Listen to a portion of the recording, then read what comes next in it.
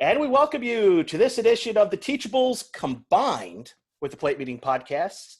I'm Tim, Gil Imber running the controls. And let's do this ad read here. The OSIP Foundation is a proud sponsor of the Plate Meeting Podcast, where the OSIP Foundation, they stand for Outstanding Sportsmanship is Paramount. It's a 501c3 company. The OSIP Foundation, osip.org. That's osip.org. You can give a little bit of money to them. They'd be so appreciative, where they can help other officials in need who are suffering from abuse, anxiety, and other similar issues. We'd like to welcome our guests on this edition of the Plate Meeting. And it is Brian deBrauwere of UCU. He's an umpire in the Colonial Athletic Association and the SEC. And he's also the director of training for United Umpires, and that is the Colonial, the MEAC, and 5 or 6 other leagues in the Northeast. Pretty much has them all covered. Does Brian deBrauwere. Brian, thank you. My pleasure. Thanks. And Jeff Gosney, who was a big league umpire for a couple of seasons. Now he is a big-time collegiate umpire, much like Brian, and he's in the SEC and the ACC, giving us his perspective. And he's the director of training for the UTD, which is not to be confused with UCU, which I did confuse in the last show, and apologies to everybody who may have been offended by that. And let's get underway. So if you saw our first edition, you know that we're just showing plays and we're talking about them, and hopefully you guys are learning a little bit at them and, saving from going to camps this year, because I guess a lot of them aren't going on with this whole thing. So let's take a look at some more plays and let's have some fun. So this is for Brian and Gil. Take it away. So I'll kind of narrate here. We're going to see runners on first and second, and throw's going to come into second base. And with 2 outs, this becomes a time play. So once that out is recorded at second, what we want to see is our plate umpire checking to see when the runner is crossing home plate. And I actually like that view right now where we are, given that you can't see the plate umpire, which normally when we're talking about dealing with plays, being closer to a play is better. And in a lot of cases, it's not always the case, but closer is almost always better. It allows us to have more opportunities to work around the play, make adjustments. But in this case, further away is actually a good thing. And so this view here where we're not seeing the umpire until we pan back and he's way at the back of the dirt circle, I think is a really good thing. And the reason is it kind of opens up our field of vision. And rather than having to move your eyes rapidly from the play at second down to the touch or vice versa, we can hopefully see all those things without moving our eyes too much. So that wide angle is going to help out a lot there. But yeah, I mean, that's kind of the short story of it, unless you guys have anything you'd like to add. I would like to ask your opinion on something, Brian, because this is something that I've been teaching, but it's by no means the way it's done. I think this, obviously you need some situational awareness to understand there's a time play coming up for your plate umpire. But what are we always doing as a base guy on this play? We're always waiting to make sure we have everything in control. We have everything. But our plate guy, he's looking through a runner, a catcher, maybe another fielder, a runner that's sliding it. So he's got a lot to look through. So how do you feel about, as opposed to just going, okay, we have the tag, we have that up there, he's running away, we have an out, giving the mechanic, as opposed to, okay, there's my tag right there. Now I'm going to hold for a second. I'm going to wait to make sure now we have voluntary. But I've got my tag right here. I'm going to point to my tag. So that plate umpire knows that I've got it out. If we have, the ball's over there, we can immediately, no. Now, the reason I like this is because I think it makes our plate umpire's job a little bit easier to know when we have the initial tag. And what happens after that, if he does, okay, now we've got our out. It went to center field. He didn't have, the ball came flying out. Okay, now we're gonna reverse it. I know that I think of things sometimes that are a little goofy, and it's not for everybody. But is this something that I'm way out in left field on, or something? No, I don't think so.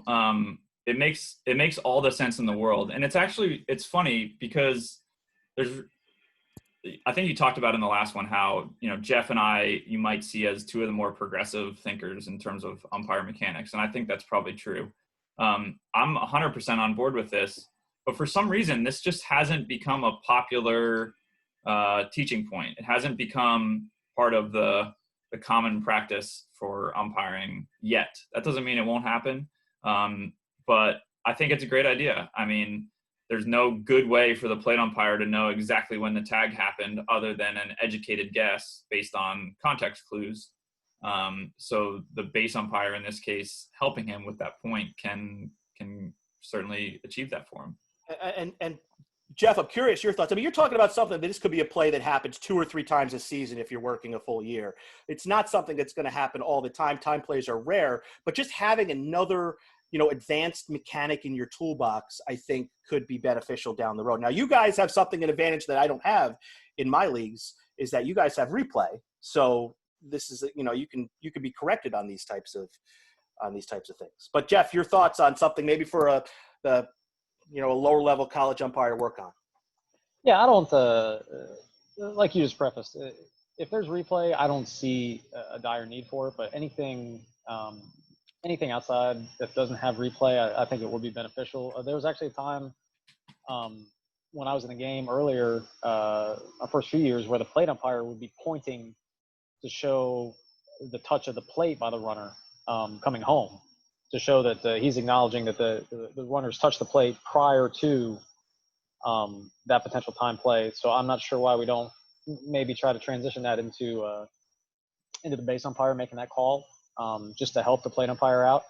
The only issue I see with it is you have to be very disciplined with your timing. If I've come to discover, watching numerous plays on the internet, that the umpires who point at the play tend to be a little bit quicker in making their call. So I would just caution against that, but I think it would be a great tool to have just to help your partner out, to know, hey, at this point I've got the tag.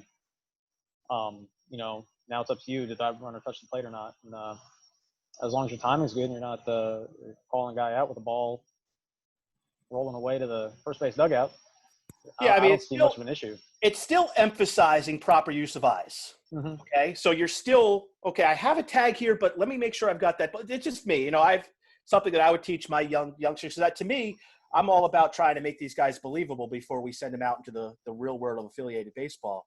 But it's a little weird play. So speaking of weird plays, our next play is for Jeff Gosney, and this is the play that you love. The new wave pickoffs at first base. I think this was number 6. Yeah, this was number 6. So I'm happy to take. Yeah, let's stick with Brian on this one. I think play number 5 was a routine ground ball to the third baseman, but let's stick with Brian on this one. This is pickoffs at first base. This is obviously 3-man or 4-man we're talking here, and there are about 100 ways to umpire first base on pickoffs. Brian, take it away. Your floor. Yeah, I mean, what we're seeing from the first base umpire here is a demonstration of, I'd say, the most progressive or aggressive thinking in terms of pickoff plays, right? So we're starting off the line, we're moving as the play happens to try to keep ourselves in that window to see the tag. Maybe a couple guys that work in the big leagues would be a little closer to start, or even more directly outside of first base and be a little bit more aggressive even. But this is pretty far down the spectrum in terms of that aggressiveness here. As far as NCAA umpiring goes, it's actually really easy for us at this point, because the mechanic change from the leadership is their expectation is that we're going to be on the foul line, starting with a foot adjacent to the foul line. And so that kind of takes all the decision making out of it for an NCAA umpire, at least one that wants to follow the rules. T-Mac, I think you alluded to some of your thoughts on these plays earlier. So I know where you're going to fall on that. And I think it's valid, saying we should be more aggressive. We should be trying to see the tag. And there's no way we can see the tag from, you can imagine here, even up the first baseline, just a couple steps. If you're attached to the line here, you're never going to be able to see through that runner's body to see the tag. So we're at a disadvantage being there. But for now, that's what their directive is. And, you know, the reasoning is they want to make sure that there's an umpire on the line for a fair foul decision. And so at least in the near term, that's what we'll have to do. Now, if you're working baseball that's not affiliated with NCAA and you want to be more aggressive and try to make sure that you see this play, then I think what we see from our first base umpire here is a pretty good demonstration of how we would want to handle that, which is putting ourselves in the window, the wedge, the keyhole, on the right track, whatever term you want to use, whichever organization it is that you're following will have a different one, but they all essentially mean the same thing. And that is being in between the fielder and the runner as those two things come together to make sure that the moment the tag hits the body, our head is in there and we can see it. And so it really doesn't matter. That's what we had demonstrated here. It really doesn't matter what we call it. We've all been trying to get to the same place for a really long time, but we've all called it different things. I want to talk about a couple things here that goes through my perspective. I've got Paul Goldschmidt. He's a right-handed hitter, not a big opposite field guy. So you said, Brian, that the key is that the NCAA wants 1 foot on the line. How far is the NCAA going to allow you to get close to the base to where maybe you can take another step and see that hip tag as opposed to missing it? I'm not the person to answer that question. Jeff? I don't think they really put a distance on it, and I'm sure that there's probably people thumbing through the CCA manual right this second trying to prove me wrong. But there's actually a section not to tangent too much here, but a section in the manual, the CCA manual, that says talks about positioning for plays, and how they basically put up a broad term that put yourself in the best position to see the play within any certain constraints of the 2, 3, 4, even 6-person umpiring system, or unless we tell you, stay adjacent to the line kind of thing. So I don't know. I don't like the idea of being completely right on top of first base because we're stuck to the line. I'd probably be a touch closer than I would because I'm a firm believer of being off the line to see the tag. So I'm going to adjust more. I'm going to get back closer to the line, if you may, because adjacent, I have a broad definition of adjacent. But I probably will take maybe a step or two closer, but you got to remember, and I think this was true kind of when Brian and I were in the game, you got to look at who's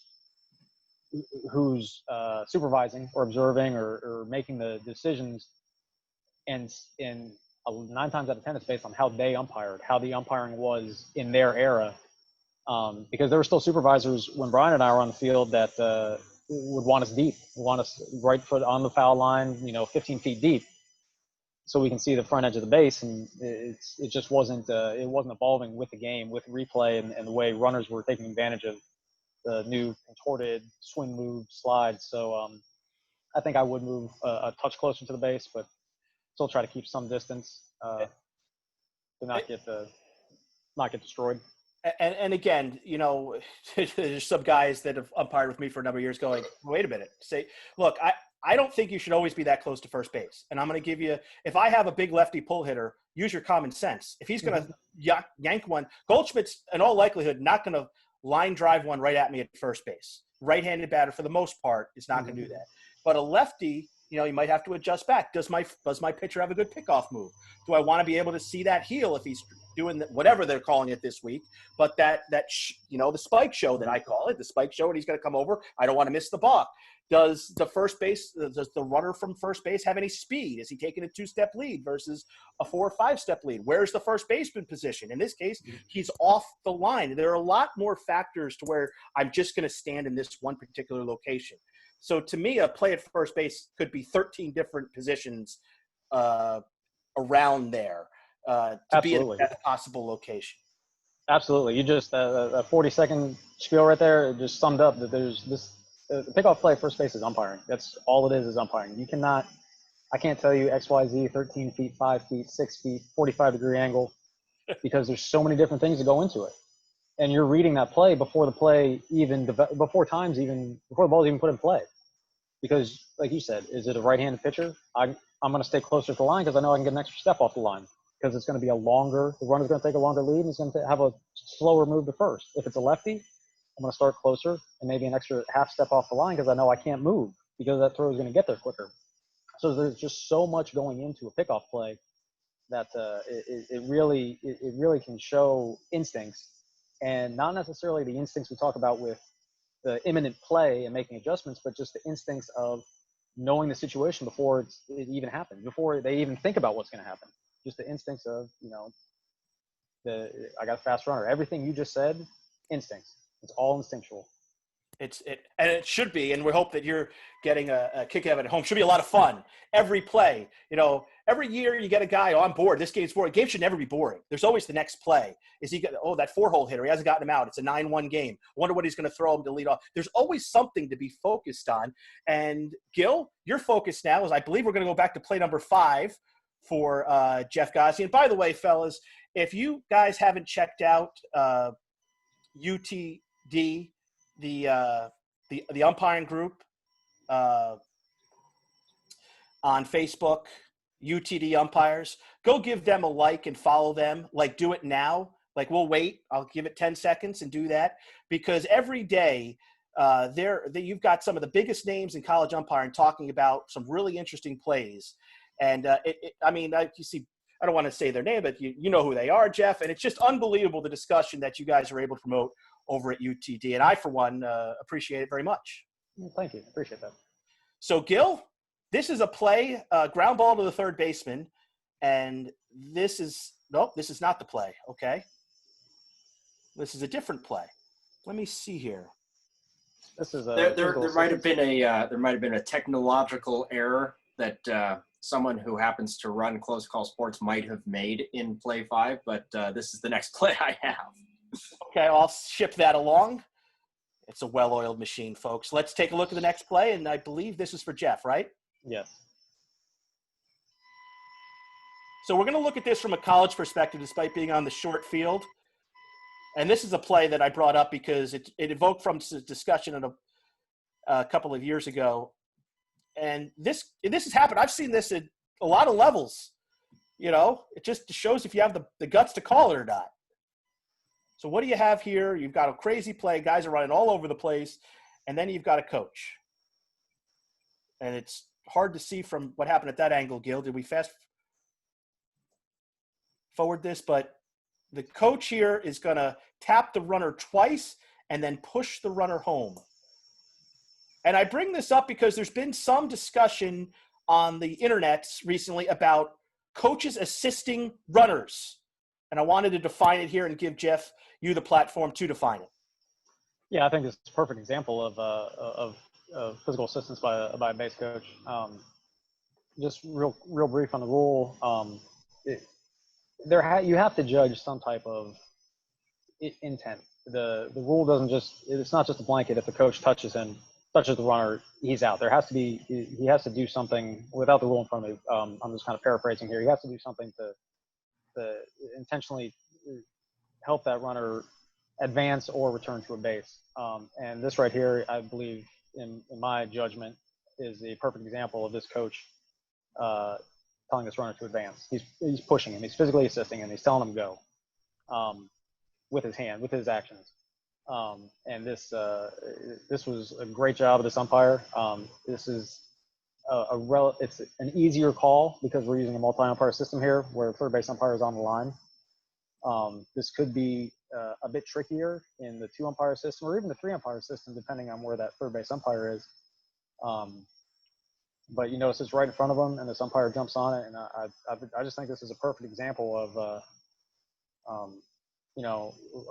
physical assistance by the coach. That first tap on his leg, I might not necessarily interpret that as him. That could just be the pat on the butt, like, hey, good job, kid.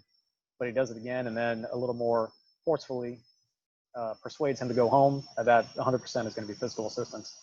The one thing I want to talk real quick, NCAA versus OBR here. In NCAA, there's a note that physical assistance is still a live ball. Runners are still allowed to advance. Outs are still allowed to be recorded.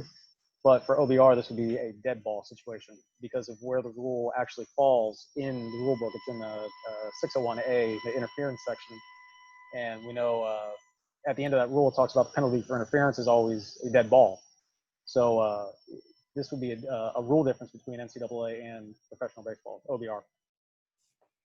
Brian, I know this is pretty much a cut and dried play here, but I never turned down an opportunity to get your thoughts on it.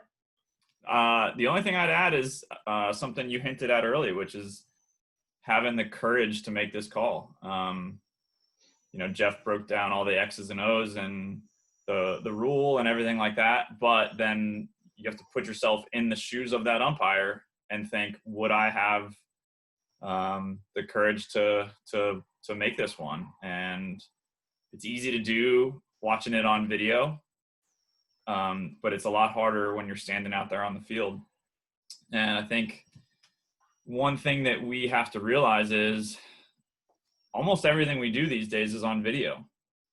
Whether it's a broadcast television game or just Johnny's mama videotaping his at-bat from the stands, you're going to have some sort of documentation of what is happening on just about every play. And so where in the past, maybe there could be more gray area or game management, and that stuff, don't take me wrong, that stuff still certainly exists, right? We have to have a feel for everything that happens on the baseball field.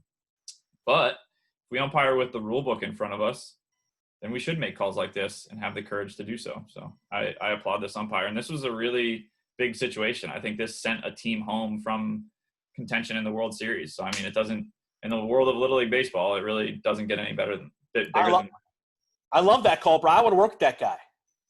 Hopefully he doesn't call 8 balks in the game we're working. But, I want to work with him nonetheless. If they balk 8 times, you got to call 8 balks. Right?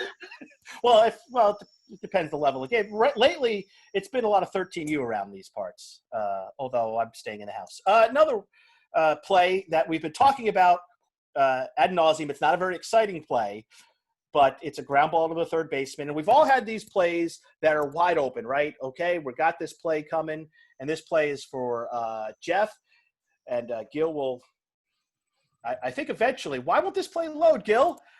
Is this the one you just sent me? Yeah, it's the one I just sent you. We can. All right. For the benefit of our viewers, some behind the scenes action here. I'm not actually clicking on links to get all these. I preloaded them into our video editor, and I've just been running on that. It's an easier switching operation. But for this one, I'm going to try to get this on Twitter in real time, and we're going to see if this works out. So bear with me. Tim, if you could vamp for a few seconds, that would be wonderful. Well, that was great vamping. Good job, buddy. If there's anybody who knows how to stretch, and I'm not just talking clothes, it's me, okay? So I can talk for God knows how long. But, as we get to this, we'll ask a question here as we riff here, as we say in the trade. So you guys have both had the transition now of switching from professional baseball to college. A few years into this now, how is, what are the biggest differences? Are you comfortable at the collegiate level yet? And, this is riffing, guys. Let's just have a conversation. Yeah, I mean, I'm starting to feel pretty comfortable. The biggest, as I mentioned before, the biggest transition for me was understanding that where they live and die by every pitch, starting February 14th, first pitch of the game. They live and die with that all the way up through, the end of the College World Series. Whereas, in professional baseball, it takes till the last 30 games for them to really start to, locking it down and getting fired up. So that was a big, that was kind of a shock. You got to kick the dust off before the first pitch. You can't wait till the third inning. Guys jumping over the rail saying, "Give me an E" on a routine ground ball to the shortstop in a 5-1 game on a Tuesday. Yeah. Brian? It's funny Jeff said that, because that's exactly what my thought is. I remember my first conference weekend, and I worked this Sunday plate job, and we're cruising along, and there's a couple borderline pitches here and there, but it's early in the game, and people are just losing their minds. And a partner of mine came down at some point in between innings, and we were talking about something, and I said, "Why is everyone going so crazy?" And he said, well, Brian, they split the first 2 games of the weekend. This is to win the series. And I'm like, oh, yeah, that's right. I'm coming from professional baseball where a Sunday game is let's just get this thing over with so we can get on the road and get to the next stop. But Sunday in college baseball with a split series is obviously a lot on the line. So, yeah. I've always countered that with, so if the home team wins game 1 Friday and Saturday, why do we even play Sunday? Like, if all you care about is winning the series. It's a good question. You should propose that to the NCAA. Don't laugh. Cost-cutting measure. So we've got 7 minutes to analyze this play, which I'm going to now put on the screen, and let's see what we get. Let's see if this works out okay. So this is a nothing play. This is just a simple ground ball to the third baseman. A decent play, and then he just throws it terribly. Now, I wanted to talk about a bunch of things here. First of all, we've got a 3-sounder. Okay. Can you tell me if this isn't the hardest call, what is? Because I still haven't figured out how to umpire 3-sounders. No, they suck. That's why we got replay. And a great call, foot off the base. So this is the old school versus the new school, right? Are we looking at the base or are we watching the throw? Are we looking at the foot or are we watching the throw? So new school versus old school, what in 5 years, where are we going to be? I think I know this answer, but Jeff, take it away. Yeah, I'm going to be on the base and relying on sound. It's something I've kind of been trying to work on. Starting kind of like my last year in the game in 15 was go more off sound than anything else. The thing is, it's so hard because this guy's dead to rights by a decent amount. So usually we're processing. Yeah, I mean he's out by a stride and a half, which in the big leagues he's out by a lot there in the big leagues. So typically we're dealing with a pulled foot on like a whacker play. Like take it one step further for me, Gil, if you can. Like right there, that's when we're dealing with the pulled foot. So this guy probably could have pulled the foot and gotten it back. And sometimes we don't always process that because it's not routine for us.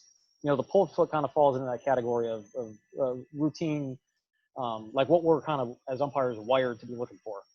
We're not always wired to be looking for the foot coming back. So I know this one's replay. I don't know what came of it. I think from the angles I saw, I would hope it was a call stands because I didn't see anything conclusive. But I'm 100% sure that Robbie had him off the base at some point. It's just, are we wired to, do we see him come back before the runner's foot? But I'm going to be looking at the base, and then I'm just going to have to go off sound.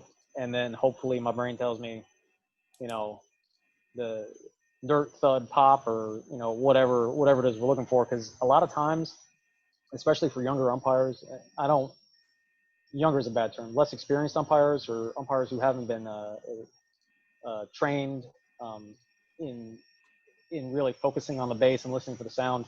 This is a play that gets missed a lot because we're getting so confused by the sounds. We're so in tune to only hearing 2 sounds, the thud and the pop, or, we're trying to watch everything and we're taking our eyes off the ball, on the foot, whatever it is.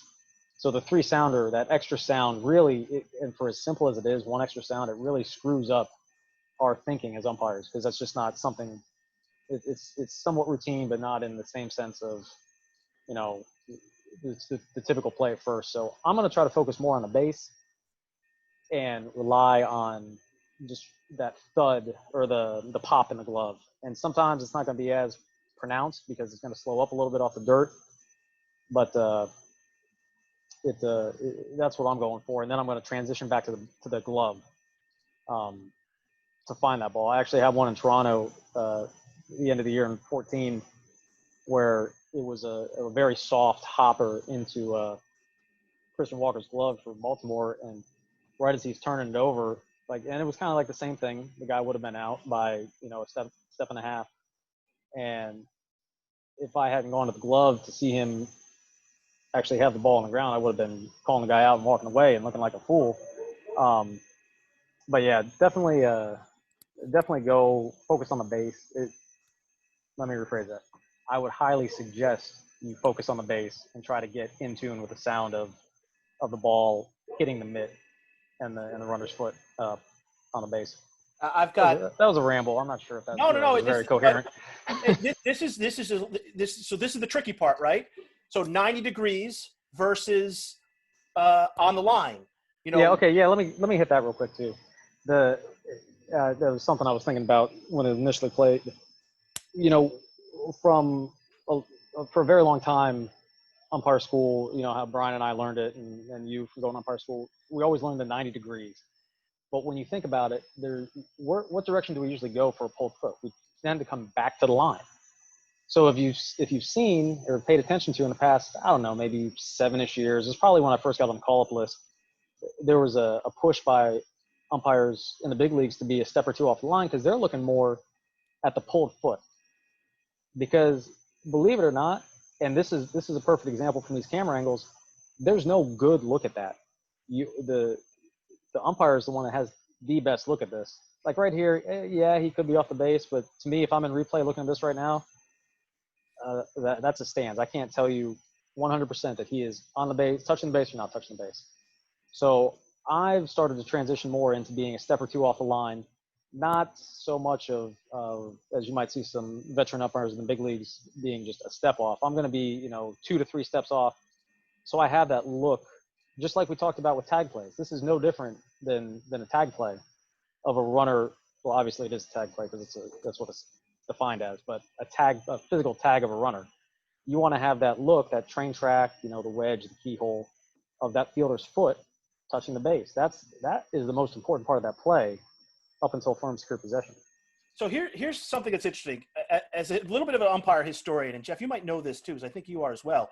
In the 19th century, that play was called in front, a little bit to the side of the runner's lane, in front of the coach's box. That's where the umpire was for that play. Now, we didn't have a ball that was, it was a little softer baseball. It wasn't traveling as hard. It wasn't probably going to hurt us. But that's where the umpire used to go. I don't expect that to ever happen again. But, we literally cannot get into the best position to see that play. It's impossible. Ed Montague was doing that up until he retired. He was actually an observer at the Fall League when I went in 13, and he actually made a comment one time to the crew, just come inside of the cutout for that force at first. We're like, we can do that? Like, is this like, gotcha, candid camera? Like, if we come out, is another supervisor going to be like, what's going on here? But yeah, there was a stretch where there were umpires that were coming into the cutout for those forced plays at first base. And, I can see some merit to it, but I can also see a lot of potential downside to it also. Brian, you've got 20 seconds. Give me your thoughts. I agree with everything Jeff said.